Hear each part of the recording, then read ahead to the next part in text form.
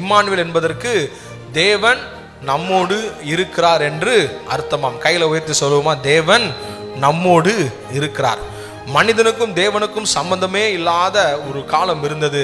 ஆனா இயேசு எப்போ இந்த பூமிக்கு வந்தாரோ தேவன் என்ன பண்ணிட்டார்? நம்மோடு கூட இருக்கிறார்.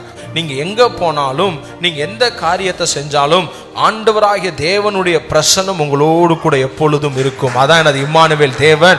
யோசிச்சு பாருங்களேன், ஒரு குழந்தை அவங்க அப்பா அவங்க பெற்றோர் அவங்க கூட இருக்கிறாங்க அப்படின்னா, இப்போ ஒரு சுற்றுலாவுக்கோ அல்லது எங்கேயோ தூர ஊருக்கு போகிறாங்க, அந்த பிள்ளைங்களுடைய பாக்கெட்டில் ₹1 கூட இருக்காது. ஆனால் அந்த பிள்ளைங்களுக்கு கவலையே இருக்காது. ஏன்?